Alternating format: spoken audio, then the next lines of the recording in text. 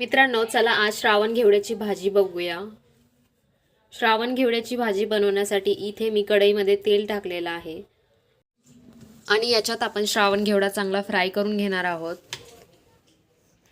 श्रावण घेवडा तेलात चांगला फ्राय करून झाल्यावर त्याच्यात आपण मीठ घालणार आहोत।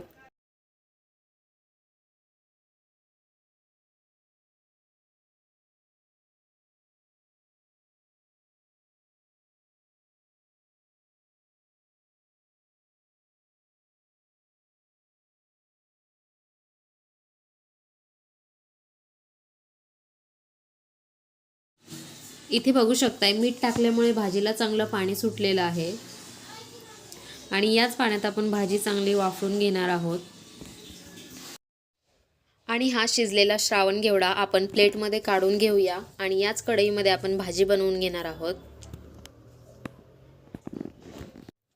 इथे कढईमध्ये तेल टाकून त्याच्यात जिरं टाकायचं आहे।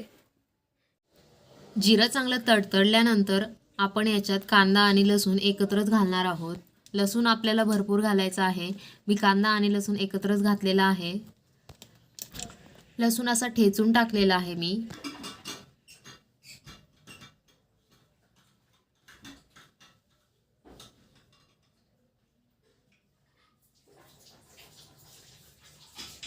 इथे आपला कांदा लसूण चांगला परतून झालेला आहे। याच्यात आपण टोमॅटो घालून घेऊया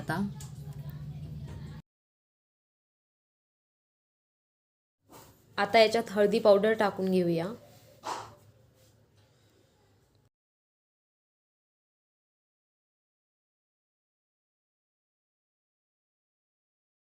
आता आपण याच्यात वाफळून घेतलेला श्रावण घेवडा टाकूया।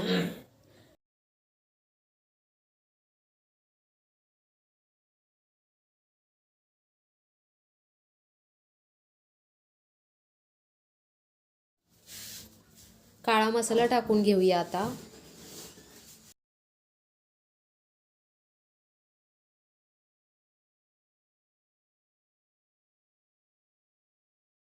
श्रावण घेवडा चांगला परतून झाल्यानंतर वरून असं शेंगदाण्याचं कूट घालायचं आहे।